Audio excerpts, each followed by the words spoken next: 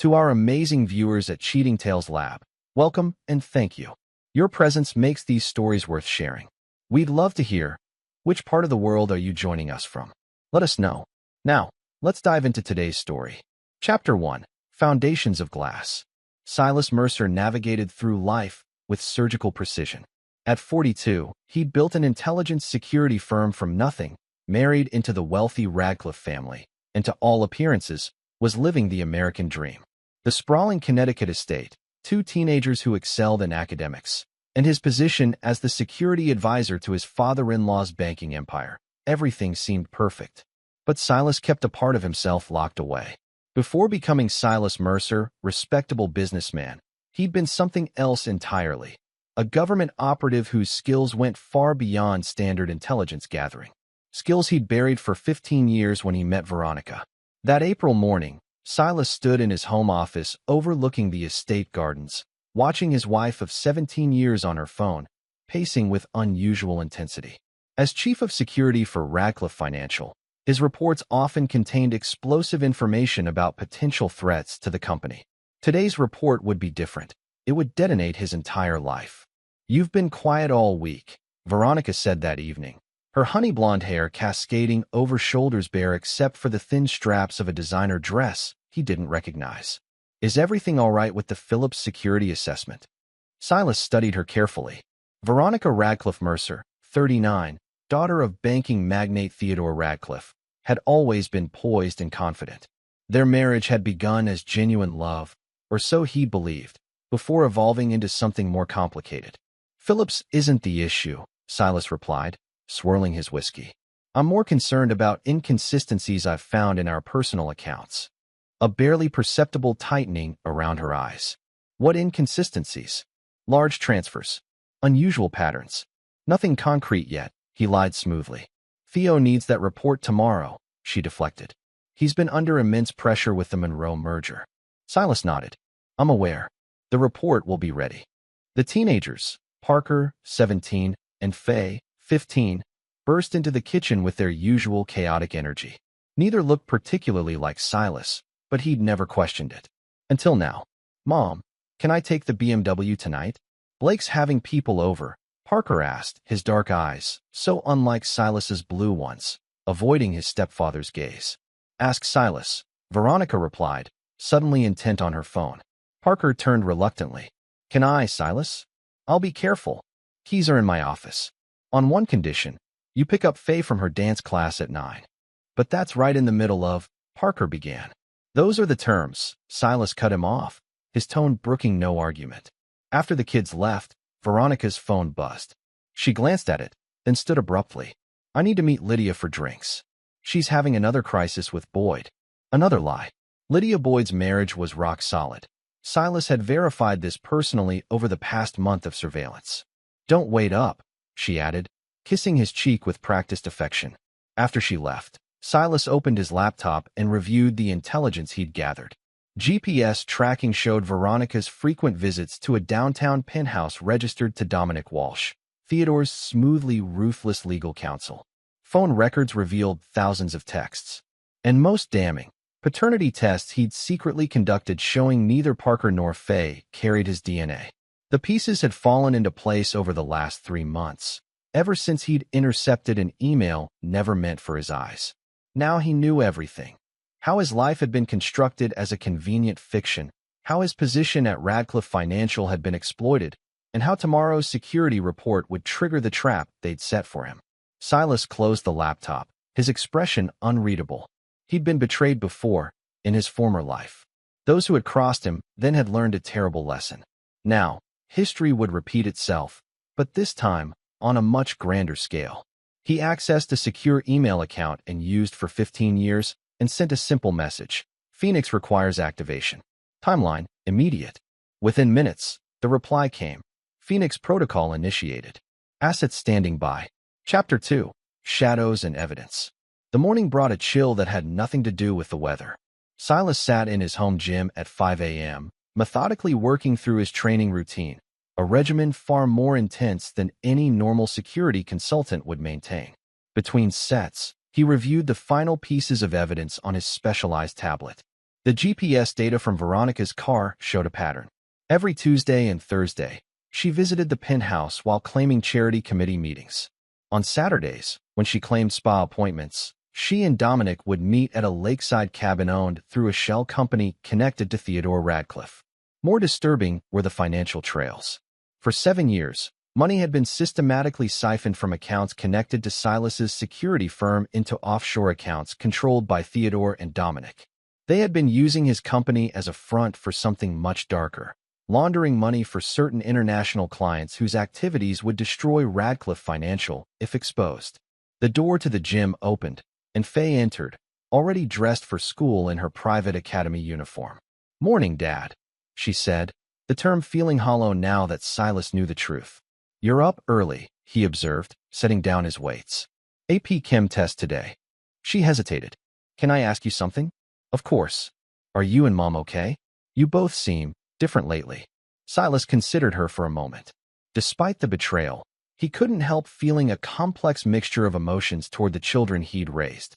"Why do you ask?" "I overheard Grandpa Theo talking to Mom yesterday. They stopped when I walked in, but it sounded serious." Her eyes, so similar to Dominic Walsh's, held genuine concern. "Sometimes adults have complex issues to work through," Silas said carefully. "Don't worry about it." After she left, Silas checked his watch. The board meeting where he was to present his security report would begin at 10 a.m. He showered and dressed with military precision, selecting a custom-tailored suit that concealed both his athletic build and the scars from his previous life. His phone buzzed with a text from an unlisted number, "Assets in position. Confirmation required." He replied with a single word, "Confirmed." At breakfast, Veronica was unusually attentive, refreshing his coffee and suggesting dinner plans for the evening. The performance almost impressed him. "Will you be home for dinner?" she asked. "I thought we could try that new place in Hartford." "Let's see how the day goes," he replied noncommittally. Theodore seemed concerned about my report. A flash of something, anticipation, crossed her face. "I'm sure everything will work out exactly as it should." "I'm sure it will," he agreed, the double meaning lost on her. As Silas drove to Radcliffe Financial headquarters, he made 2 brief calls. The first to a woman named Mara Koval, whose innocuous title of administrative consultant masked her true expertise in digital infrastructure. The second to a man known only as Bishop, whose gruff acknowledgement confirmed that physical security measures were in place.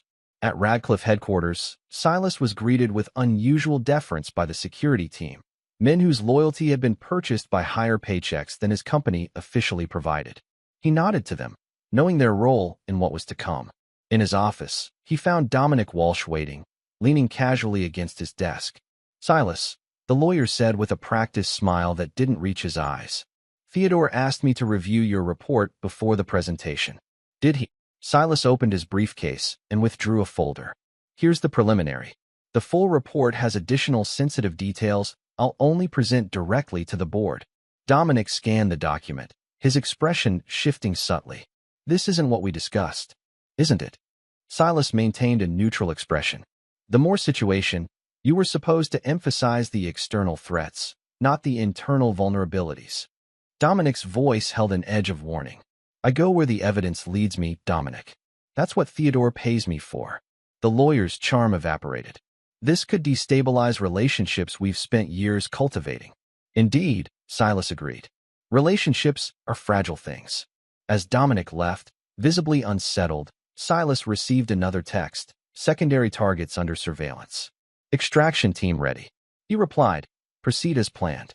No deviations." At 9:58 a.m., Silas gathered his materials and headed toward the boardroom, passing Veronica, who was supposedly visiting for a charity meeting. Their eyes met, and she gave him an encouraging smile that turned his stomach. "Knock him dead, darling," she said. "Someone certainly will," he replied quietly. Chapter 3: The Detonation. The Radcliffe Financial boardroom exuded old money and power. Handcrafted mahogany table, leather chairs, and floor-to-ceiling windows overlooking the Hartford skyline. 8 board members waited, with Theodore Radcliffe at the head, his silver hair and tailored suit projecting the authority that had built his banking empire. Dominic Walsh sat at Theodore's right hand, whispering something urgent as Silas arranged his presentation materials. Veronica had slipped in quietly, taking a seat near the back, unusual for a security briefing. "Gentlemen and Ms. Chambers," Theodore began, nodding to the lone female board member. "Silas has prepared an assessment of our current security vulnerabilities. Silas, the floor is yours." Silas stood, buttoning his jacket. "Thank you, Mr. Radcliffe. Today's report differs somewhat from my usual assessments." He distributed sealed folders to each board member. "Please don't open these until instructed." Dominic shifted uncomfortably. "Perhaps we should skip directly to the Moore situation." "We'll get there," Silas assured him coldly. "First, I need to address a more immediate security breach." He activated the presentation screen, showing a complex financial diagram. For the past 7 years, Radcliffe Financial has been exposed to significant internal threats that compromise not just the company's integrity, but potentially its very existence. Theodore's expression hardened. "What exactly are you implying?" "Not implying. Stating." Silas advanced to the next slide, showing transaction records. "These are transfers from shell companies established under my security firm's umbrella without my knowledge, moving funds for clients whose identities would horrify this board and trigger immediate federal investigation." The boardroom erupted in confused murmurs. Dominic stood. "This is preposterous. Please open your folders," Silas continued calmly. Inside each was detailed evidence of Theodore and Dominic's scheme, including offshore accounts, client lists with names redacted, and most damningly, recorded conversations. "This is outrageous." Theodore slammed his hand on the table. "You've clearly manufactured this evidence." "Have I?" Silas pressed a button on his phone, and audio filled the room. Theodore's voice discussing how to use Silas's company as a front, mentioning how convenient it was that his son-in-law remained oblivious. The board members looked stunned. Theodore's face flushed with fury. "You ungrateful bastard," he hissed. "After everything I've done for you." "I'm not finished," Silas said evenly. "There's the matter of personal betrayal as well." Another slide appeared, DNA test results for Parker and Faye, alongside Dominic Walsh's profile. Veronica gasped, rising from her seat. "Silas, stop this immediately." "You've all been played," Silas told the board. "Used as unwitting accomplices in illegal operations. Federal authorities are currently seizing evidence from multiple locations. However, I've prepared a contingency that could mitigate the damage to innocent parties within Radcliffe Financial." He detailed a restructuring plan that would isolate the contaminated sections of the business while preserving the legitimate operations, a lifeline the board clearly recognized. Theodore's rage boiled over. He snatched the report from the table and tore it violently. "You're a pathetic excuse for a man," he screamed. "You think anyone here will believe these lies?" Veronica stormed forward, her perfectly composed facade crumbling. "You're fired, effective immediately. And the kids aren't yours. They never were. Get out of our lives." Silas calmly gathered his belongings. "I've been given 30 minutes to clear out my office, I understand." "Consider yourself lucky we don't have you arrested for corporate espionage," Dominic added, standing protectively beside Veronica. As Silas reached the boardroom door, he turned back. "One last thing, you might want to check your phones. It seems there's something urgent requiring your attention." At that moment, every phone in the room exploded with notifications. Theodore's face went ashen as he looked at his screen showing 99+ missed calls. "What have you done?" he whispered. "The question isn't what I've done," Silas replied coldly. "It's what you've done. And now, what happens next is entirely out of your hands." He walked out, closing the door on the erupting chaos. In the hallway, Mara Koval waited, tablet in hand. "All systems compromised as requested," she reported. "Federal teams are moving on the secondary locations, and the special package has been delivered to media outlets with the 1-hour timer active." "Perfect," Silas said. "And our exit strategy?" "Already in motion. Transport waiting at the secondary location." As they walked toward the elevator, the building's alarms began to wail. Security personnel rushed past them, heading toward the boardroom. 15 years of my life," Silas said quietly. "All a carefully constructed lie." "The children?" Mara asked. His expression hardened. "They made their choice when they participated in the surveillance. They're legally adults now in the eyes of what's coming." The elevator doors closed as shouts echoed down the hallway behind them. Phase 1 was complete. Now the real work would begin. Chapter 4: Ashes and Architects. 6 hours after walking out of Radcliffe Financial, Silas sat in a modest hotel room in Albany, watching chaos unfold on multiple news channels. Banking giant Radcliffe Financial raided by federal authorities scrolled across the bottom of every screen.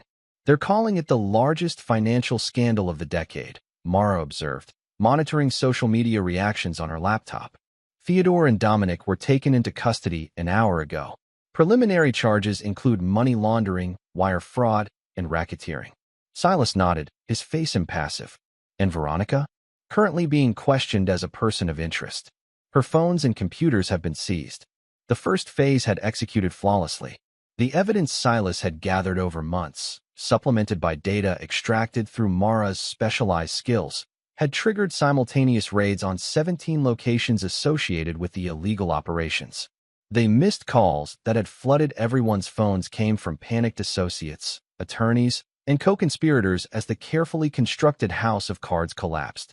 But this was merely the foundation of Silas's revenge.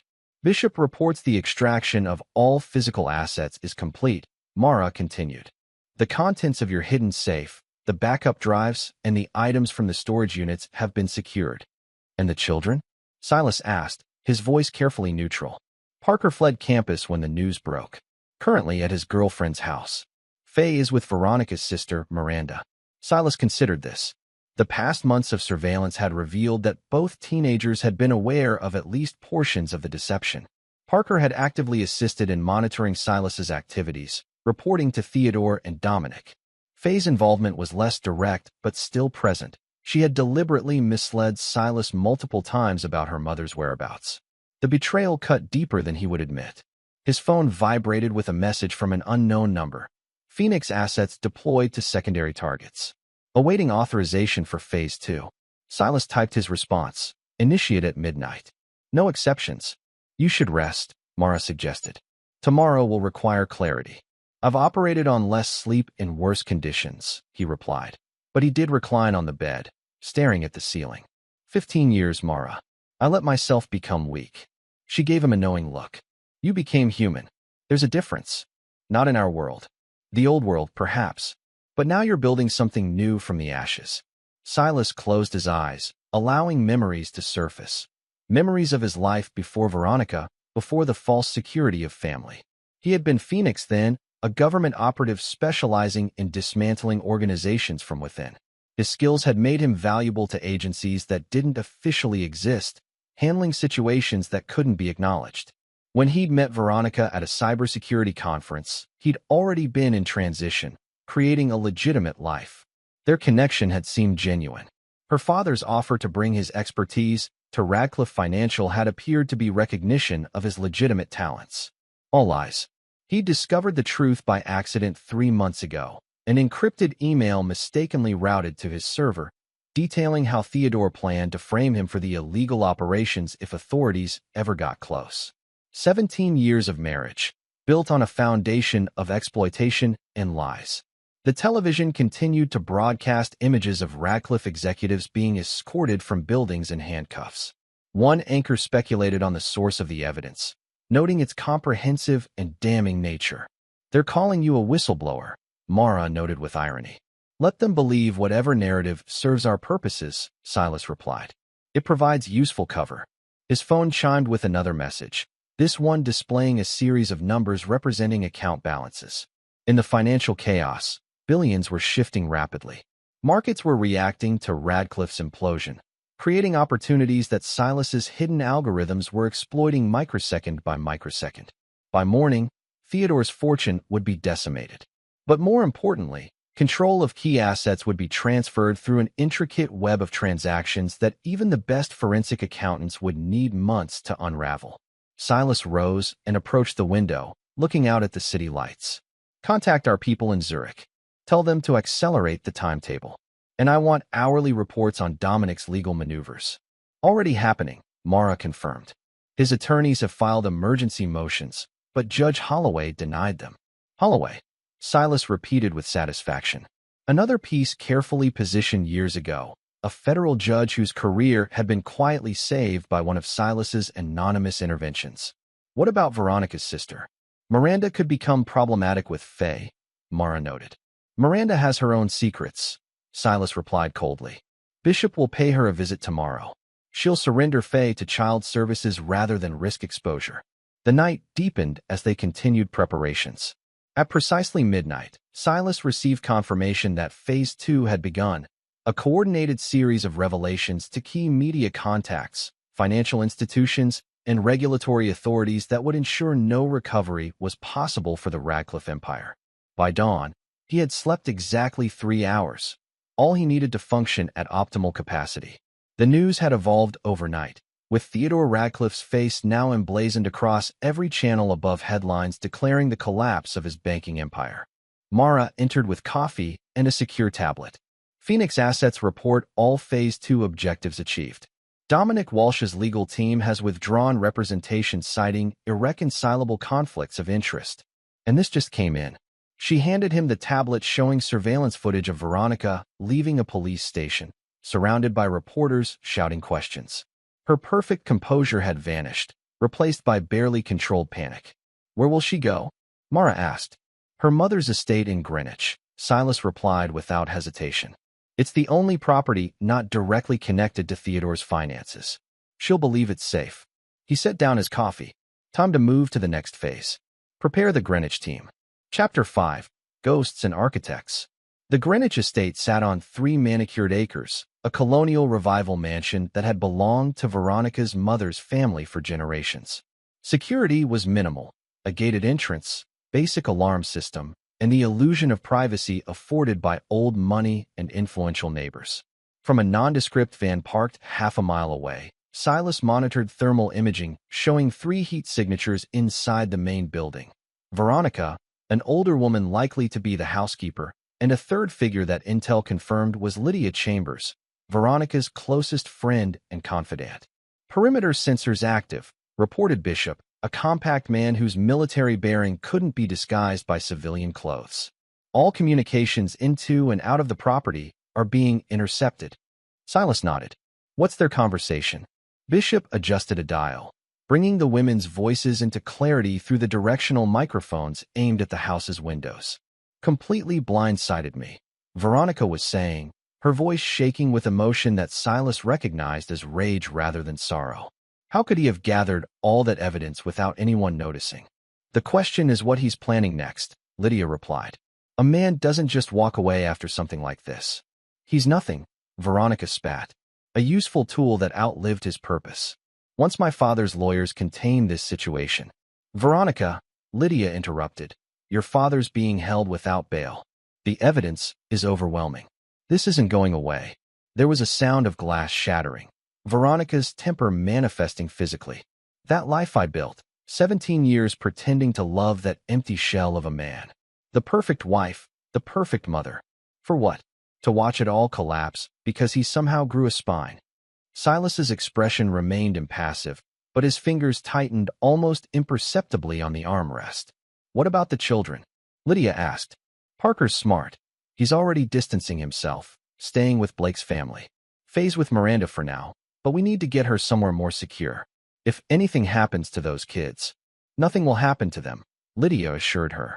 Silas may be vindictive, but he wouldn't hurt children. Veronica laughed bitterly. You don't know him like I do.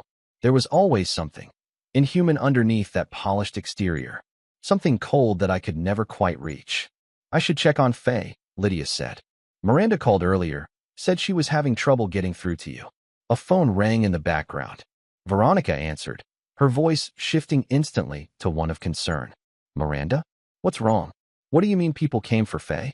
Who? What? Silas switched off the audio. Phase 3 initiated, he noted calmly. Team reports the girl is secure, Bishop confirmed. Being transported to the designated facility now. And Parker? Our people at the Blake residence are in position. Extraction on your command. Silas checked his watch. Not yet. Let him feel secure for another few hours. It will make the extraction cleaner when he believes the danger has passed. The van's communication system chimed with an encrypted message from Mara. Federal custody of primary targets confirmed. Secondary financial conversions complete at 94%. Media package delivering maximum impact. Recommend accelerating timeline for Zurich assets. She's right. Bishop noted, reading over Silas's shoulder. The financial markets are moving faster than anticipated. We should trigger the Zurich protocols immediately. Silas considered this, then nodded. Initiate Zurich now, and tell the Greenwich team to move in 30 minutes. Bishop raised an eyebrow. That's significantly ahead of schedule. The psychological impact would be more effective if we wait until nightfall. Psychological impact is already achieved, Silas replied. Veronica just learned her daughter has been taken by unknown parties. Her son will follow. Every foundation of her life is being systematically destroyed. Now we deliver the final message in person. As Bishop coordinated the teams, Silas opened a secure case containing specialized equipment, non-standard communications devices, identification packages, and a small but significant arsenal that wouldn't trigger standard security scans. You're going in personally? Bishop asked, surprise evident in his voice. Some messages need to be delivered face to face. 30 minutes later, Silas approached the front door of the Greenwich estate, dressed in an impeccable suit indistinguishable from those he'd worn as Radcliffe Financial Security Chief. The only difference was the weight of the custom handgun concealed beneath his jacket. He rang the doorbell calmly. Through his earpiece, he could hear the conversation inside freeze. Who could that be? Lydia's voice. Don't answer it, Veronica hissed. The housekeeper's voice. The security camera isn't working. After a moment of hesitation, footsteps approached. The door opened to reveal the housekeeper, Mrs. Winters, whose eyes widened in recognition. Mr. Mercer, she exclaimed. Good afternoon, Mrs. Winters, Silas replied pleasantly. I need to speak with my wife. It's urgent. Before she could respond, Veronica appeared behind her, face contorted with fury. How dare you come here? Get out before I call the police. The police are rather busy with your father's case, Silas replied, stepping inside despite her protests. And your phones aren't working anyway. He nodded to Lydia, who stood frozen in the hallway. Miss Chambers, I'm surprised to see you here, given your husband's sudden audit problems. The color drained from Lydia's face. What do you mean?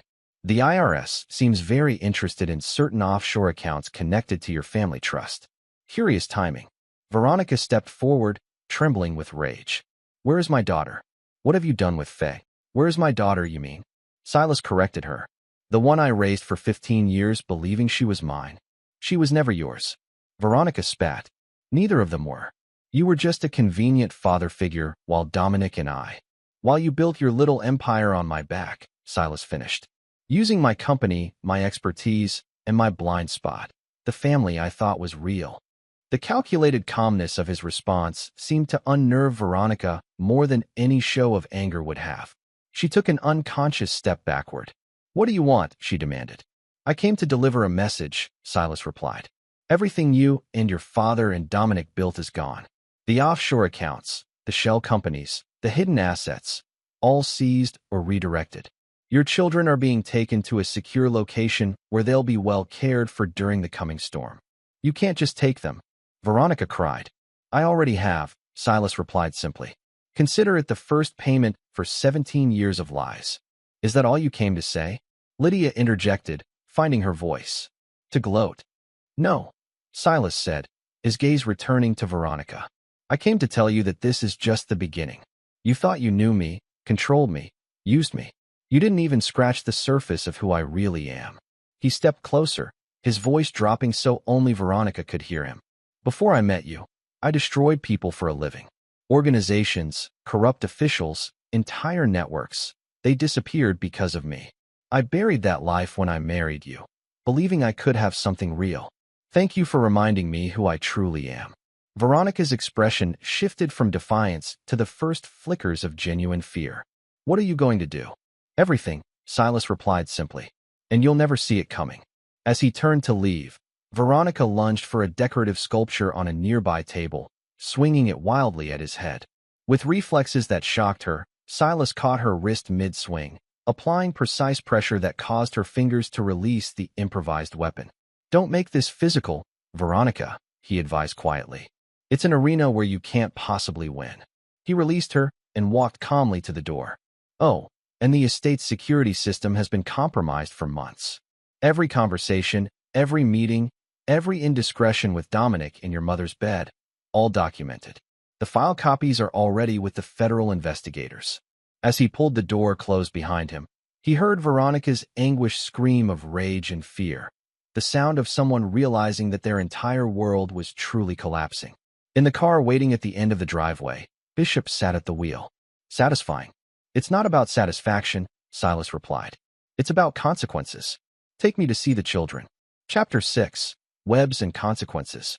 The secure facility outside New Haven resembled a high-end private school more than a detention center, deliberate camouflage for its actual purpose as a transitional holding location for protected witnesses and high-value intelligence assets. Silas had called in significant favors from his past life to arrange temporary custody of Parker and Faye here. As he entered the administrative building, a tall woman with close-cropped silver hair greeted him with a nod that acknowledged their shared history. Director Sullivan, Silas said. Thank you for accommodating this unusual request. Phoenix, she replied, using his old operational designation. When you reached out after 15 years of silence, I assumed it would be interesting. I underestimated the scale. They walked through secured corridors toward a residential wing. The teenagers are in separate observation suites, Sullivan explained. The girl is frightened but composed. The boy is. She paused, searching for the right word. Volatile. I expected as much, Silas replied. What's their current understanding of the situation? They know their grandfather and mother are involved in a major financial scandal. They know you orchestrated the exposure. They don't know you're here, or that you arranged their protective custody. They stopped outside a viewing room with one-way glass. On the other side, Faye sat on a bed, her school uniform replaced by generic civilian clothes, her expression a mixture of confusion and fear. She's been asking about her mother, Sullivan noted. And about you. What has she said about me? Silas asked, studying the girl he'd raised from infancy. She seems genuinely confused about your role in all this. Claims she never knew about whatever her mother and grandfather were involved in. Silas's expression didn't change, but something flickered in his eyes. The surveillance tells a different story. She actively participated in monitoring my movements, reporting to her mother. Children often participate in family deceptions without understanding the bigger picture, Sullivan observed, especially when manipulated by authority figures they trust. She's 15, not 5, Silas replied coldly. Old enough to understand basic loyalty. Sullivan studied him. You didn't bring them here for a family reunion.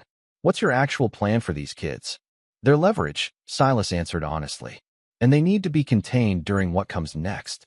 Their presence would complicate the final phases. And afterward, once everything is complete, they'll be released to whatever remains of their mother's family, with enough financial resources to ensure their education and basic needs, but nothing more. Sullivan nodded without judgment. And you want to speak with them now? Just the boy, Silas decided. Faye's role was secondary. Parker was an active participant in the deception, Theodore's protege in training. He deserves to understand the consequences. In another wing, Parker paced his room like a caged animal, his handsome features, so similar to Dominic Walsh's, twisted with anger. When Silas entered, the boy froze. You, he spat. What have you done? Where's my mother? Silas closed the door, noting how Parker unconsciously backed away despite his hostile posture. Your mother is currently watching her world collapse, Silas replied calmly. Much like you are. They'll destroy you for this, Parker threatened. You have no idea who you're dealing with. The comment almost made Silas smile. That's precisely what this situation is revealing, that none of you had any idea who you were dealing with. He gestured to a chair. Sit down, Parker. I'm only going to have this conversation once. Something in Silas's tone, a dangerous edge that had never been present in his stepfather persona, made Parker comply despite his defiance. For 7 years, you've been reporting on my activities to your grandfather and biological father, Silas stated. Logging my movements, photographing documents, installing monitoring software on my devices. Did you ever question why? Parker's expression flickered with surprise at the extent of Silas's knowledge. They said you were dangerous, that we needed insurance against you eventually turning on the family. And you believe that? Despite never seeing evidence of this alleged danger. I saw the files, Parker insisted. Reports about your background, things you'd done before marrying Mom. Now Silas did smile, cold and humorless. Fabricated files, designed to justify their exploitation of my company and expertise. Tell me, what exactly did these reports claim I'd done? Parker hesitated. They said you'd been involved in corporate espionage, that you'd sold sensitive information and disappeared people who got in your way.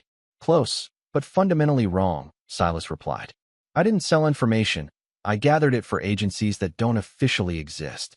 And the people who disappeared deserve their fate. Terrorists, arms dealers, human traffickers. He leaned forward. Your grandfather and father were using my security firm to launder money for clients who would have appalled even you. And when exposure became inevitable, they planned to frame me as the mastermind. I don't believe you, Parker said, but uncertainty had crept into his voice. I don't care what you believe, Silas replied evenly. Your role in this drama is nearly complete. Soon, you'll be released to whatever family remains willing to claim you. You'll have sufficient resources for education and basic needs, but the lifestyle you've enjoyed is over. You can't just. I already have, Silas cut him off. Every account, every property, every asset connected to the Radcliffe name has been seized, frozen, or redistributed. Your grandfather will die in prison. Your biological father will follow. Your mother will be left with nothing but the consequences of her choices. Parker's composure cracked. Why are you telling me this? Just to be cruel? No, Silas said, standing. I'm telling you because you should understand that actions have consequences. For 17 years, I gave you everything a father could give. And you betrayed that without a second thought because it was convenient. You weren't my real father, Parker said bitterly. No, Silas agreed. And that's the only reason you're sitting here safely instead of experiencing the full measure of what happens to those who betray me. He moved to the door, then paused. One last thing. The trust fund Theodore established for you and Faye? I've redirected it to fund rehabilitation programs for the victims of your grandfather's financial schemes. Consider it your first and only contribution to making amends. As he left, Parker called after him. She never loved you. Not for a single day. Silas didn't bother responding. It no longer mattered. Outside, Director Sullivan waited. Productive? Necessary, Silas replied. How long can you keep them secured? As agreed, 48 hours.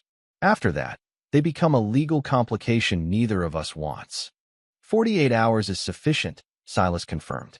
By then, everything will be irreversible. Sullivan studied him with professional assessment. The Phoenix I knew was effective but measured. This seems personal. It is personal, Silas acknowledged. But the methodology remains professional.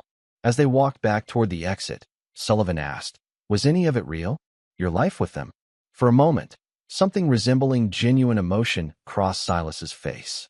I believed it was. That's why this has to be absolute. Outside the facility, Mara waited with updates on multiple operations now in motion across 3 continents.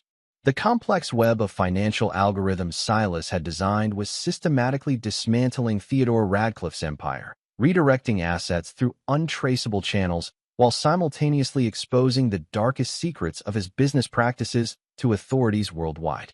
Dominic Walsh's attorneys have withdrawn, Mara reported as they drove away. The evidence packets we sent them apparently convinced them their client is indefensible. And the special project for Veronica? Silas asked. Ready for implementation at your command, Mara confirmed. Though I should note, it crosses lines that can't be uncrossed. Silas looked out at the passing landscape. Those lines were crossed the day they decided to use my life as collateral. He activated a secure communication device. Initiate Omega Protocol. All targets. No exceptions. With those words, the final phase began. A comprehensive destruction of everything the Radcliffe family had built, owned, or touched over 3 generations. Not just financial ruin, but complete erasure from the institutions and social structures that had protected them for decades. It's done, Silas said quietly. Now we watch it burn. Chapter 7. Fall and Fury. Within 24 hours of Silas activating Omega Protocol, the Radcliffe Empire imploded with spectacular finality. Federal indictments expanded from financial crimes to include racketeering, conspiracy, obstruction of justice, and evidence tampering. Theodore Radcliffe, once celebrated on the covers of financial magazines, became the face of corporate corruption across every news outlet. From a secure operations center established in a converted warehouse, Silas monitored the collapse, through multiple information streams. Financial terminals displayed the free fall of stocks connected to Radcliffe Holdings. News broadcasts showed federal agents raiding properties across 3 states. Social media exploded with revelations about the family's excesses and corruption. Dominic Walsh has agreed to testify against Theodore, Mara reported, scanning real-time updates from court filings, offering evidence in exchange for consideration in sentencing. Predictable, Silas noted. Status on Veronica? Left the Greenwich estate 3 hours ago. Currently at the Benedict Hotel under an assumed name. She's made 17 attempts to contact various associates, all rejected. Financial access is completely severed. Her last 3 credit cards were declined. On a monitor, surveillance footage showed Veronica in the hotel lobby, her designer clothes now rumpled. Her composure cracking as a receptionist explained that her card had been declined. The woman who had navigated high society with effortless grace was visibly unraveling. Bishop entered with a secure tablet. Federal authorities are requesting informal cooperation from the anonymous whistleblower who provided the initial evidence. They're offering immunity guarantees through established channels. Decline politely, Silas instructed. Our involvement ends with the evidence provided. Let their own investigators connect the remaining dots. They'll eventually identify you as the source, Bishop noted. By which time we'll have completed the extraction and transition, Silas replied. The person they'll be looking for won't exist anymore. Another monitor showed footage of Parker and Faye being released from the secure facility into the custody of Veronica's aunt, an elderly woman who had remained distant from Theodore's business dealings. The teenagers looked shell-shocked, their privileged world completely upended. Financial provisions for the children are complete, Mara confirmed. Trust established through neutral third parties, accessible for educational expenses and basic needs. Contingency monitors in place to prevent interference. Silas nodded without comment, his attention shifting to another screen showing the interior of an opulent penthouse being systematically dismantled by federal agents. Dominic Walsh's primary residence, where Veronica had spent countless afternoons when supposedly attending charity events. The special package for Veronica, he asked. Delivered to her hotel room, as instructed. Bishop confirmed. Surveillance active. One of the monitors switched to a hotel room view. Veronica entered, throwing her purse onto the bed in frustration. She noticed a package on the desk, a simple box with no markings. After a moment's hesitation, she opened it. Inside was a single USB drive and a handwritten note. The cameras couldn't capture the note's contents, but Silas knew what it said. The truth, in your own words. Veronica stared at the items, then plugged the drive into her laptop. Her expression shifted from confusion to horror as the screen displayed what appeared to be video files. Audio confirmation? Silas asked. Mara activated the room's surveillance feed. Veronica's voice filled the operations center, first in recorded form from the videos she was watching, then her live reaction. Oh my God, she whispered, watching herself on screen discussing Silas with Dominic. He's so pathetically devoted. It makes manipulating him almost too easy. Another clip played, Veronica with Theodore. How much longer do we need to maintain this charade? I'm tired of playing the perfect wife to that empty shell. And most damning, Veronica instructing teenage Parker. Your stepfather can never know about your real father. Watch him carefully. Report anything unusual. We need to ensure our insurance policy remains viable. The videos continued. Years of private conversations, secret meetings, intimate moments with Dominic, all meticulously recorded through the very security systems Silas had installed to protect the family. Veronica slammed the laptop closed, trembling with rage and fear. Silas, she screamed at the empty room, somehow knowing he was watching. You bastard. She grabbed her phone, dialing frantically. After several attempts, someone finally answered. Lydia? Thank God. I need help. Silas has recordings, everything. He's been spying on us for years. She paused, listening to the response, her expression crumbling. What do you mean you can't help? Lydia, please. Hello? Hello. The call had ended. Veronica tried another number, then another, each attempt more desperate than the last. No one was answering. In the operations center, Silas watched impassively. Status on the Zurich transfer? Complete, Mara confirmed. Assets secured and distributed according to protocol. The Foundation accounts are active and anonymized. This represented the final conversion of resources Silas had quietly extracted from the Radcliffe Empire, not for personal gain, but redirected to fund an organization that would continue long after his disappearance. A foundation dedicated to exposing and dismantling operations similar to Theodore's, protecting those exploited by the powerful. Theodore's legal team has requested an emergency hearing, Bishop noted, claiming evidence tampering and procedural violations. They won't find any, Silas replied confidently. Every piece of evidence was obtained legally through systems I had legitimate access to as chief security officer. Their own recklessness created the vulnerability. On the monitor, Veronica had moved from desperate calls to frantic packing, stuffing clothes into a suitcase while continuously glancing at the door as if expecting it to burst open at any moment. She's planning to run, Mara observed. With what resources? Silas asked rhetorically. Every account is frozen. Every contact has abandoned her. Even her passport has been flagged in the system. Not necessarily for legal reasons, Bishop noted with professional admiration. The thoroughness of this operation exceeds anything we did in our government days. Because this time, it's personal, Silas replied, his voice devoid of emotion despite the words. A secure communication channel activated, displaying a message from Director Sullivan. Federal Task Force expanding investigation to Radcliffe Associates. Your window is closing. Recommend accelerating exit timeline. She's right, Mara said. We should initiate the final extraction now. Silas considered this, watching Veronica's increasing desperation on the monitor. Not yet. One last loose end to address. He activated a command sequence on his terminal. In the hotel room, Veronica's phone rang. She stared at it with suspicion, then tentatively answered. Hello. Hello, Veronica. Silas's voice, calm and measured. You monster, she hissed. You've destroyed everything. No, Veronica. You destroyed everything the moment you decided to build your life on lies. What do you want? Haven't you taken enough? I wanted you to understand something, Silas replied evenly. This isn't just revenge. It's justice. For 17 years of exploitation. For using me as a front for criminal operations. For lying about the children. The children, she gasped. Where are they?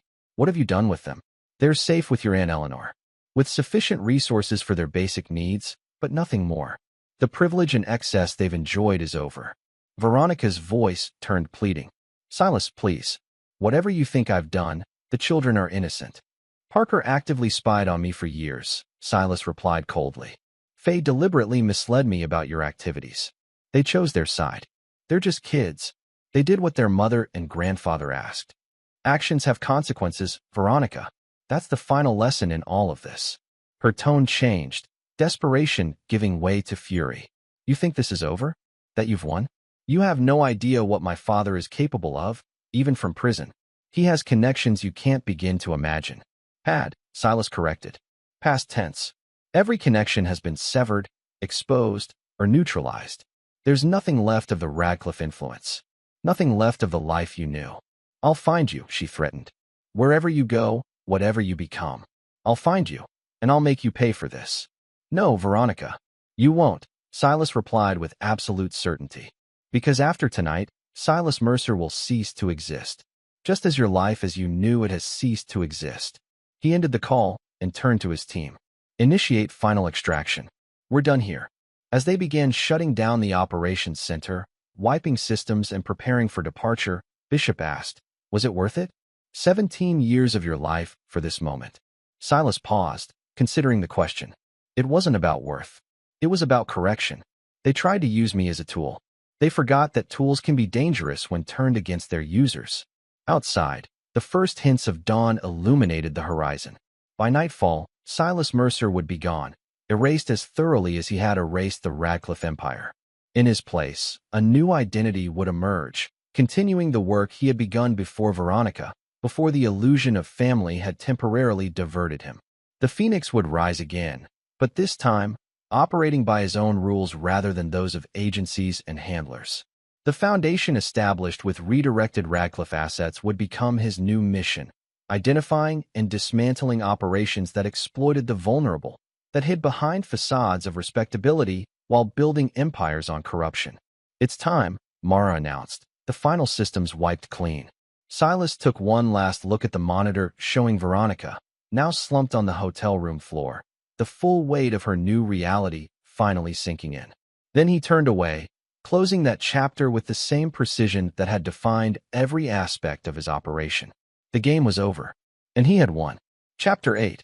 Ghosts and Reckoning. 6 months after the destruction of the Radcliffe Empire, a man who no longer called himself Silas Mercer sat at a cafe in Zurich, reading news updates on a specialized tablet. Theodore Radcliffe had been sentenced to 32 years in federal prison after a trial that exposed decades of financial crimes. Dominic Walsh had received 18 years despite his cooperation, the judges finding his testimony self-serving and incomplete. And Veronica, the woman he had once believed loved him, had avoided prison but lost everything else. The most recent photos showed her leaving a courthouse after finalizing divorce proceedings, her designer clothes replaced by off-the-rack business wear, her once perfect appearance now marked by the strain of dramatic downfall. Still monitoring the aftermath? Asked Mara, joining him with 2 espressos. I thought we agreed to leave that life behind.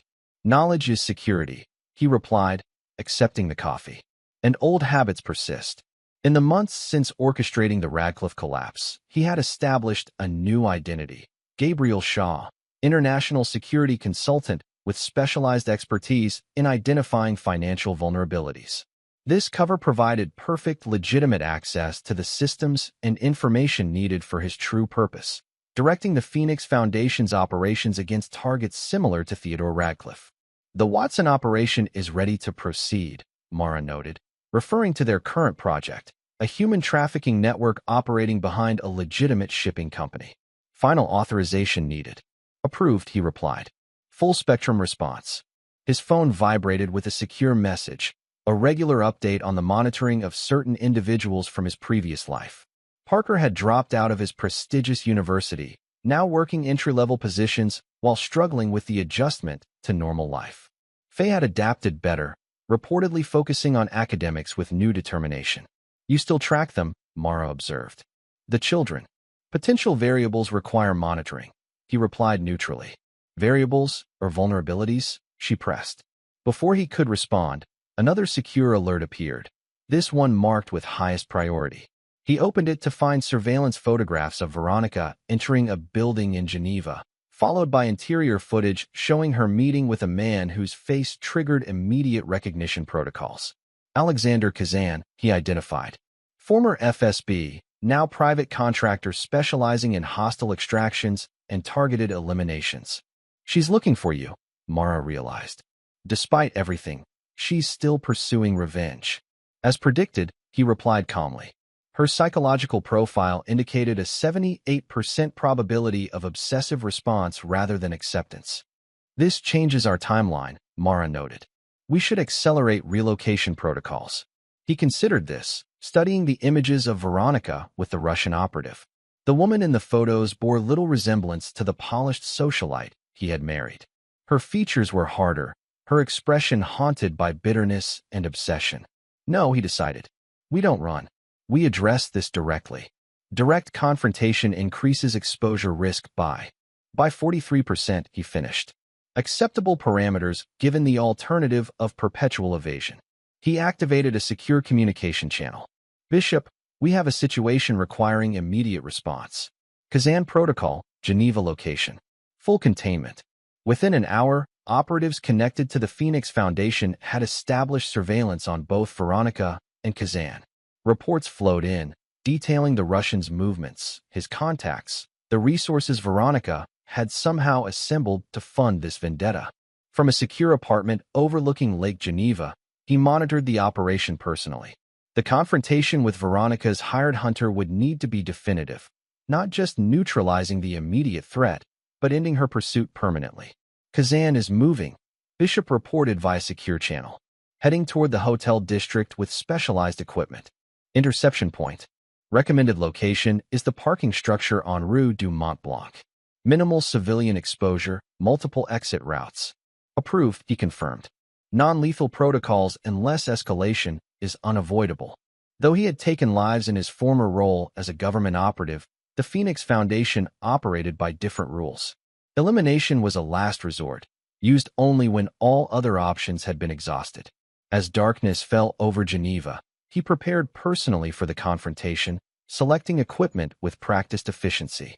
Non-standard tactical gear concealed beneath tailored civilian clothing, communications devices with redundant systems, and contingency tools that reflected the severity of the threat. Veronica is not at her hotel, Mara reported suddenly. Surveillance lost her 20 minutes ago. This was unexpected. Expand search parameters. Check transportation hubs and alternate accommodations. Already initiated, she confirmed. But if she's operating with Kazan's guidance? He understood the implication. The Russian was skilled enough to help her evade standard surveillance. This added a concerning variable to the equation. Proceed with Kazan interception as planned, he instructed. But elevate alert status for unexpected contact. The parking structure was nearly empty at this late hour, its concrete levels illuminated by flickering fluorescent lights. From a concealed position on the third level, he watched Kazan's approach through thermal imaging. The Russian moved with professional caution, checking potential ambush points, his body language revealing his awareness that he might be walking into a trap. Target approaching your position, Bishop confirmed through the earpiece. Perimeter security confirms no additional personnel in the structure. As Kazan rounded the corner, weapon already drawn, he stepped into view. Alexander. It's been a while. The Russian froze, recognition and shock crossing his features before professional composure reasserted itself.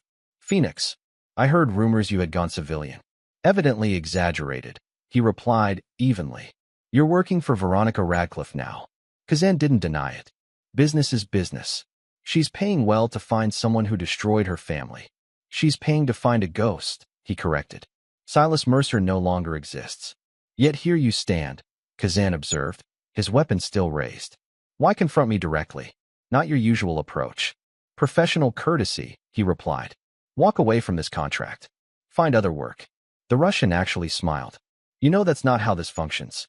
Once I accept a contract, you complete it or die trying, he finished. An admirable, if impractical code in this situation. Kazan's finger tensed slightly on the trigger. I've studied your methods, Phoenix. Your non-lethal preference. Your reluctance since going private. A preference isn't a limitation, he clarified, his posture unchanged despite the weapon aimed at him. Last chance, Alexander. Withdraw. Instead of responding, Kazan fired. A move telegraphed microseconds before execution, allowing him to shift just enough that the bullet grazed his shoulder rather than striking center mass. His own response was immediate, a specialized projectile from a concealed weapon that deployed a localized electrical charge on impact. Kazan convulsed, his body temporarily overloaded by the neural disruption. Before the Russian could recover, he closed the distance, applying precise pressure to specific nerve clusters that ensured continued incapacitation. I warned you, he said calmly, securing Kazan's weapons. She'll find someone else, the Russian managed through gritted teeth. She's obsessed. I'm counting on it, he replied, injecting a specialized compound into Kazan's neck. Not lethal. The sedative would keep him unconscious while the accompanying compounds ensured short-term memory disruption. As he secured the unconscious operative, his earpiece activated with Mara's urgent voice. Perimeter breach. Veronica has entered the structure. Lower level, moving up. This was unexpected. Kazan should have been operating independently, with Veronica safely distant from operational activities. Understood, he responded. Maintain position. I'll handle this. Dragging Kazan's unconscious form behind a concrete pillar, he moved toward the ramp connecting the levels. Through surveillance cameras accessed via his tactical interface, he watched Veronica ascending cautiously, a small handgun clutched inexpertly in her trembling hands. She was alone, either overconfident in Kazan's abilities or too focused on revenge to consider her personal safety. The woman who had navigated high society with calculated precision now moved with desperate determination, her once perfect appearance replaced by utilitarian clothing and haunted eyes. He positioned himself at the top of the ramp, emerging into view as she reached the third level. Hello, Veronica. She froze, gun raised wildly. Silas, she gasped, her voice hoarse with emotion. I found you. Evidently, he acknowledged. though following Kazan was uncharacteristically reckless. He's a professional killer, not a tour guide. Where is he? She demanded, glancing around. Indisposed, he replied. And you're alone, holding a weapon you clearly don't know how to use properly, confronting someone you've spent millions trying to locate for revenge. You destroyed everything, she said, voice shaking with fury. My family, my life, my children's future. I exposed the truth, he corrected. The destruction was built into the lies you chose to live by. She steadied the gun with visible effort. I'm going to kill you. It won't bring anything back, but I'll have that at least. You won't, he stated with absolute certainty. Not just because that Beretta's safety is still engaged, or because your stance telegraphs every intention seconds before you act, but because killing me wouldn't change anything. You're wrong, she insisted, tears streaming down her face. It would change everything. How, he asked simply.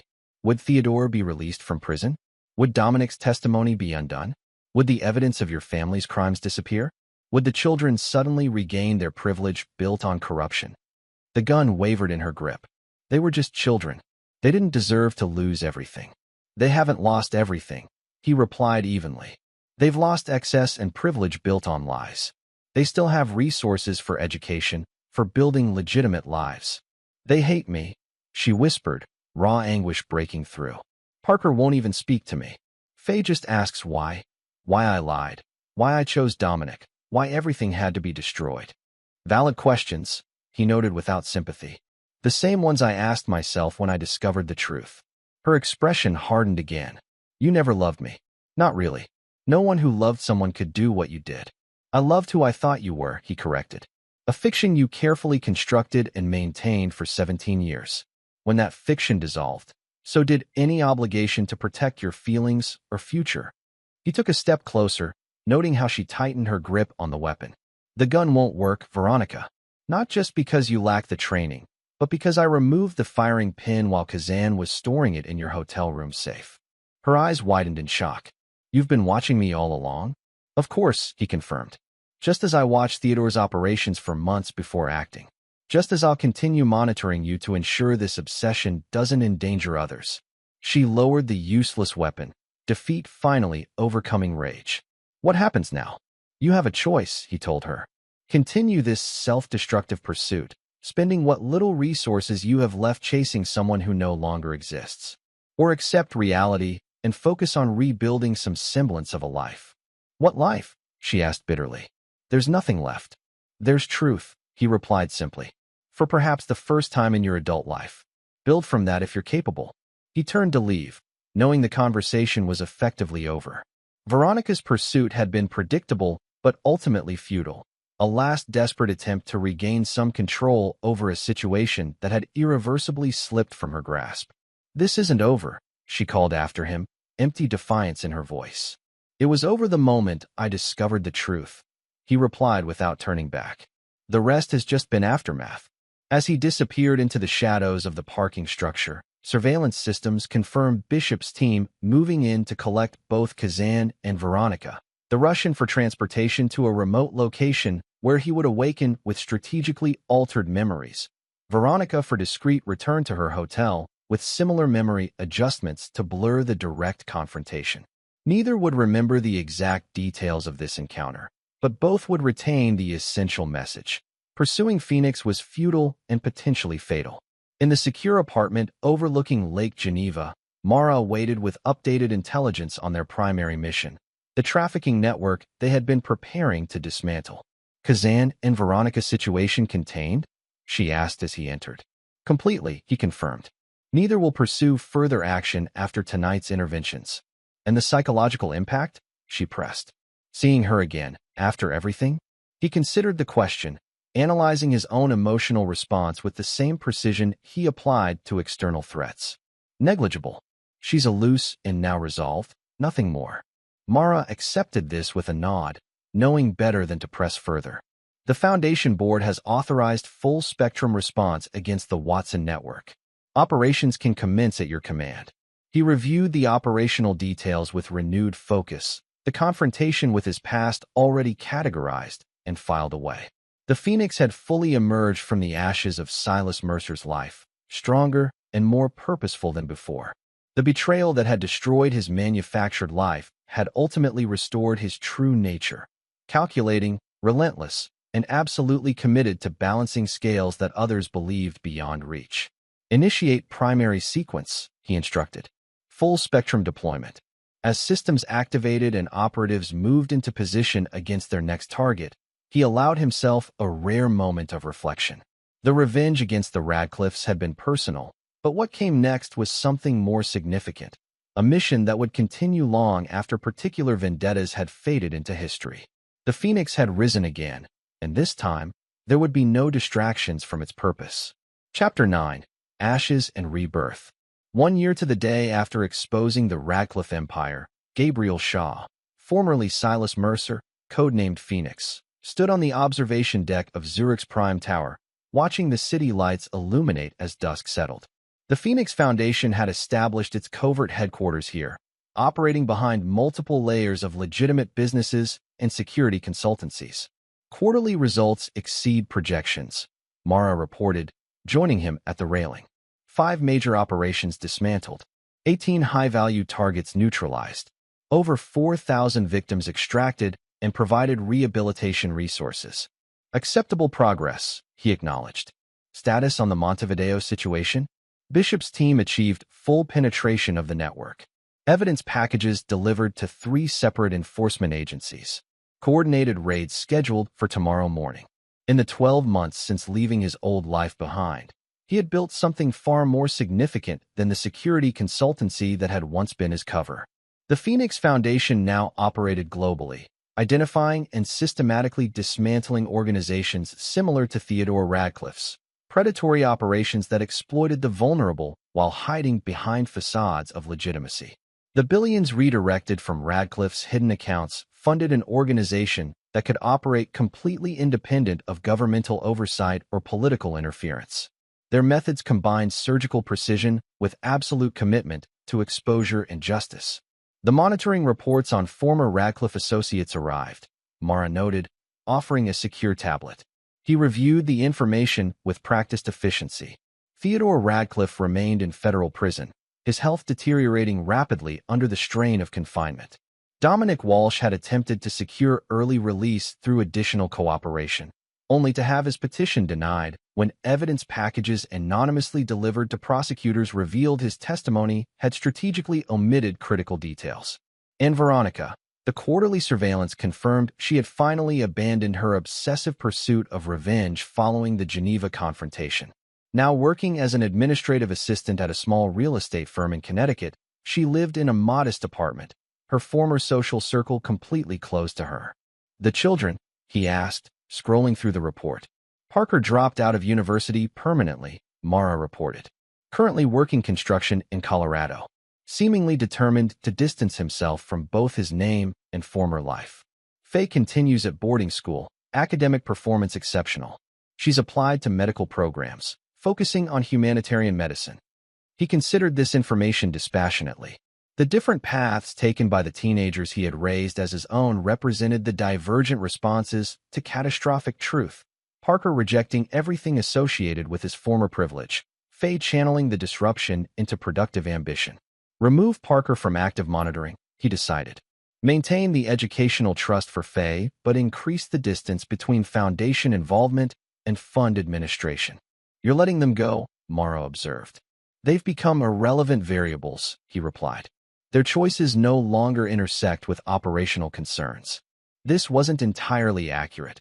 He recognized that maintaining surveillance on the children had been one of the few lingering connections to his former life, a habit rather than a necessity.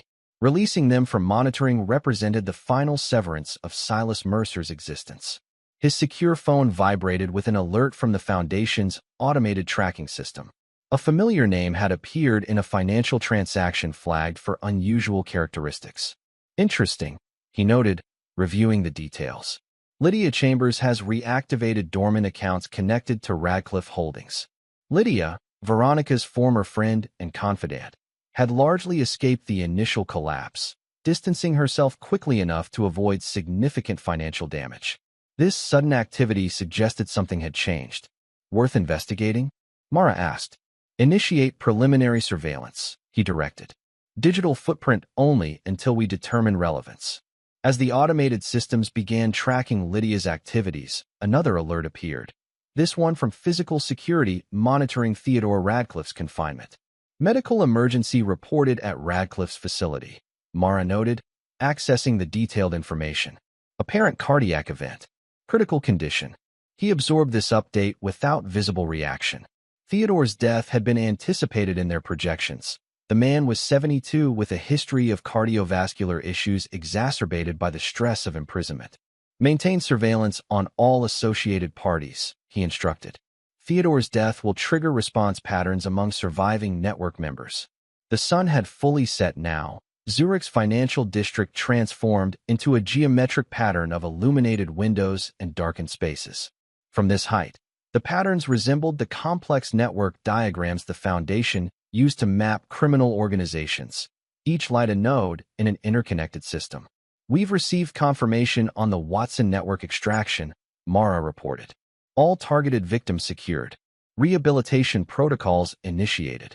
This represented the completion of their most recent major operation, dismantling a human trafficking ring that had operated behind a legitimate shipping company, much as Theodore had hidden his criminal activities behind respectable banking operations. Distribute the evidence packages to enforcement agencies tomorrow, he directed. Ensure the financial tracking data reaches the specialized prosecutors in Hamburg. Mara nodded, making notes on her tablet. There's one more item requiring your attention. She provided a separate secure device displaying surveillance photographs. Veronica entering a private medical facility in Manhattan, followed by images of her meeting with a distinguished-looking physician. Oncology consultation, Mara explained. Diagnosis confirmed through medical records, advanced pancreatic cancer. Prognosis, terminal, estimated 6 to 8 months without aggressive intervention. He studied the images without comment, analyzing the unexpected data point and its potential implications for established operational parameters. Veronica appeared gaunt in the photographs, her once perfect appearance now marked by the preliminary effects of both illness and treatment. Relevance to current operations? He asked. Minimal direct impact, Mara assessed. However, terminal diagnosis may trigger unpredictable behavior patterns. Recommend continued monitoring for potential destabilization. He considered this, weighing various scenarios against probability matrices. Increase surveillance resolution but maintain distance. No direct intervention unless operational security is threatened. The clinical detachment of his response was precisely calibrated. Neither vindictive satisfaction nor residual compassion influenced operational decisions.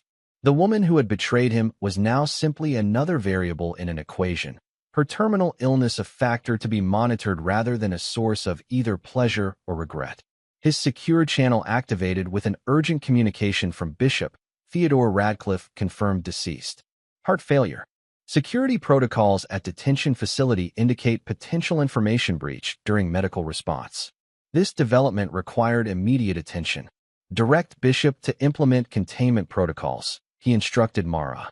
Any information compromised during Theodore's medical emergency must be isolated and neutralized. As Mara relayed the instructions, he reviewed mental contingency scenarios developed months earlier for precisely this eventuality. Theodore's death had always carried the risk of exposing connections and information the old man had kept secure even during his downfall. Update on Lydia Chambers, Mara reported. Financial algorithms detect pattern consistent with preparations for relocation. Significant assets being liquidated through non-standard channels.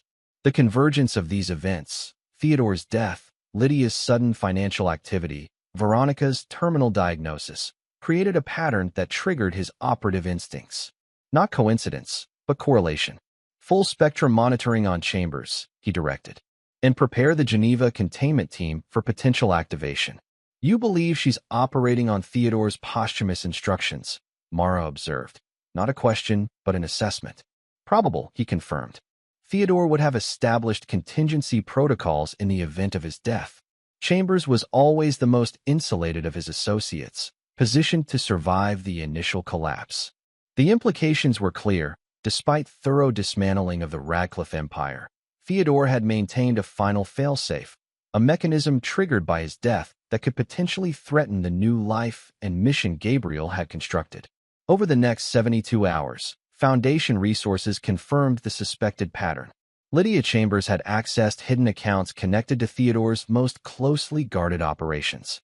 She had established contact with 3 former Radcliffe associates previously believed neutralized. And most concerning, surveillance detected her meeting with a private intelligence contractor known for specializing in identity location.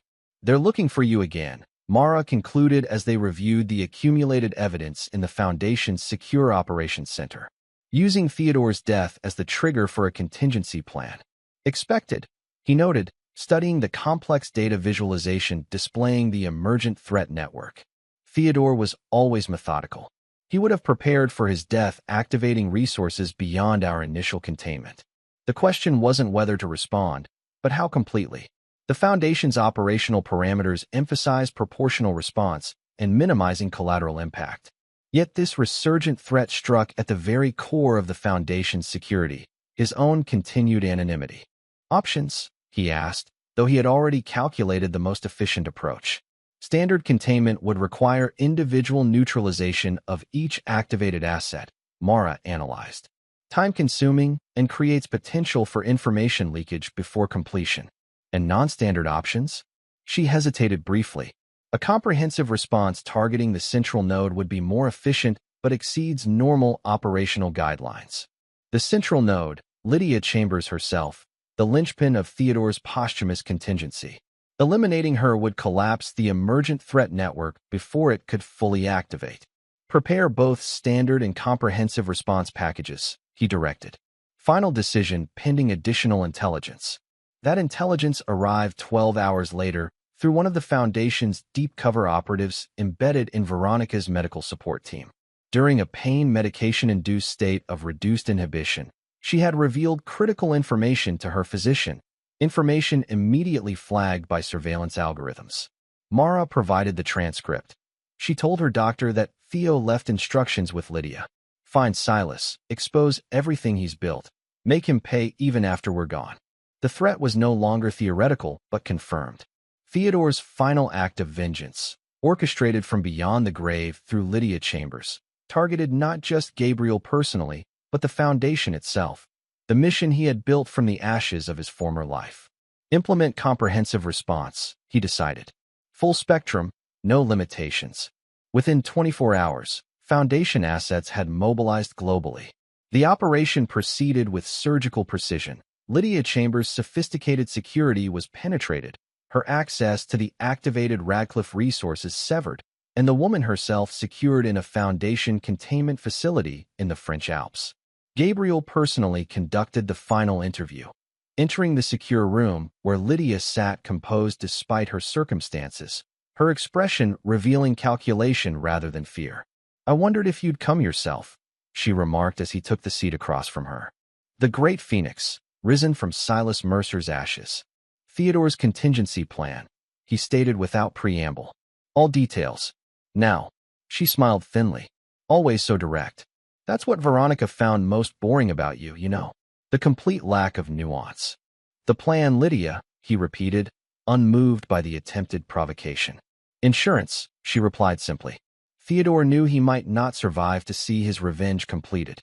So he created a dead man's switch, information packages to be delivered to specific recipients in the event of his death. Recipients: law enforcement, journalists, competitors, former associates who escaped your initial purge. She leaned forward. Everything Theodore knew or suspected about your current operations, your new identity, the foundation you've built on his stolen assets. Most of which would be speculation rather than evidence, he noted. Enough to start unraveling the threads, she countered. Theodore was very thorough in his final months, surprisingly lucid despite his circumstances. He studied her with professional assessment. Lydia had always been the most dangerous of Veronica's inner circle, intelligent, calculating, and remarkably adept at self-preservation. That she had agreed to serve as Theodore's posthumous instrument of revenge suggested deeper connections than previously identified. The distribution mechanism? He asked. Already initiated, she replied with satisfaction. My detention triggered automated protocols. The information is being distributed as we speak. If true, this represented a significant security breach. Yet his expression remained impassive, betraying nothing of his internal calculations. A predictable contingency, he said finally, and neutralized before you arrived in this room. Now uncertainty flickered across her features. Impossible. The systems were designed with redundancies specifically anticipating your intervention.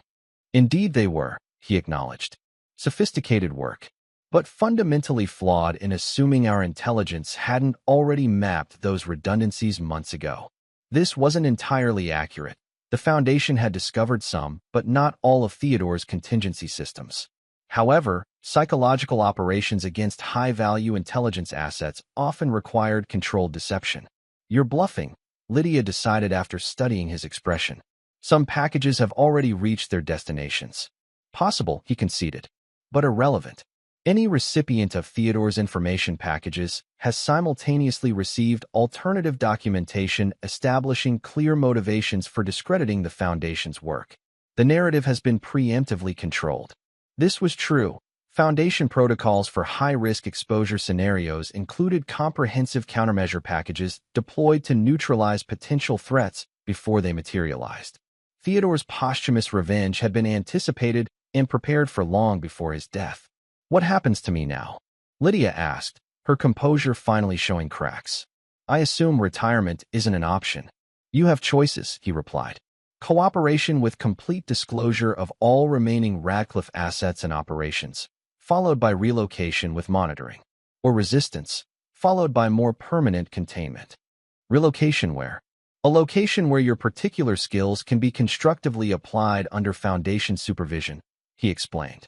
Your intelligence is a resource that can be redirected rather than wasted. She considered this, the calculation visible in her expression. Veronica's dying, you know. The cancer is aggressive. Doctors give her months at most. I'm aware, he replied evenly. Does that satisfy you? She pressed. Watching her die alone, stripped of everything, while you build your new empire? Her circumstances are a consequence of her choices, he stated, not a source of either satisfaction or regret. Lydia studied him with newfound assessment. You really have excised everything human, haven't you? The perfect phoenix, burned away all weakness and sentiment. Not excised, he corrected. Channeled. The Foundation's work has helped thousands escape exploitation similar to what Theodore practiced. My personal history simply provides motivation for something larger. This represented perhaps the most significant evolution since his transformation from Silas Mercer to Gabriel Shaw. The redirection of personal betrayal into systematic justice on a global scale. The Foundation's operations against trafficking networks, financial exploitation schemes, and corruption had become his legacy rather than mere revenge. I'll cooperate, Lydia decided finally. Not out of fear, but curiosity. I want to see what you're building that was worth destroying everything you had. A pragmatic choice, he acknowledged, standing to leave. Debriefing will begin immediately. As he exited the containment facility, Mara waited with updated intelligence from multiple operations now in progress across 3 continents. The Foundation continued its work uninterrupted, the Theodore contingency effectively contained. Veronica's condition has deteriorated, Mara noted as they prepared to depart. Medical assessment indicates accelerated timeline, weeks rather than months. He absorbed this information without visible reaction. Continue monitoring until confirmation of termination. Then archive all Radcliffe-related surveillance. Case closed. The helicopter lifted off, carrying them back toward Zurich and Foundation headquarters. Below, the alpine landscape stretched magnificent and indifferent, much like the perspective Gabriel had cultivated since rising from the ashes of Silas Mercer's destroyed life. 3 weeks later, the final notification arrived. Veronica Radcliffe Mercer, deceased. The report included details of her final days, alone except for medical staff, her children having visited briefly but departed before the end. No funeral arrangements beyond basic cremation, no obituary beyond mandatory death records. The dynasty Theodore Radcliffe had built through exploitation and deception had ended not with dramatic justice but quiet erasure. Financial empire dismantled, family legacy destroyed, even his daughter's death passing without acknowledgement in the society she had once navigated as royalty. In his private office overlooking Zurich, Gabriel reviewed the report with clinical detachment, then authorized its transfer to permanent secure archives. The Radcliffe case was officially closed, the threat neutralized, the revenge complete beyond even his original design. Mara entered with updates on current operations, the Foundation's real work, continuing without interruption. The Jakarta extraction was successful. 32 victims secured. Rehabilitation protocols initiated. Excellent, he acknowledged. And the financial tracking? Algorithms have identified the primary controllers. Bishop's team is preparing evidence packages for distribution to enforcement agencies. As they reviewed operational details, Gabriel's secure communication system activated with an alert from the Foundation's monitoring of global intelligence channels. A pattern had emerged involving coordinated investigations into corruption networks across multiple jurisdictions, investigations that paralleled the Foundation's own targets without directly intersecting their operations. Interesting, he noted, studying the pattern. Someone else is hunting similar prey, using different methodologies but achieving aligned results. This represented potential competition, collaboration, or conflict, variables to be assessed and incorporated into operational planning. The Foundation's work would continue, evolving to address new threats and opportunities in the global landscape of exploitation and justice.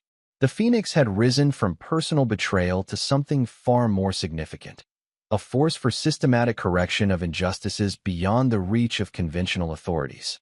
The revenge that had begun with exposing Theodore Radcliffe's crimes had transformed into a mission that would continue long after the original betrayers had been reduced to archive entries. Gabriel Shaw closed the Radcliffe file permanently and turned his full attention to the Foundation's current operations. The past was settled. The future awaited.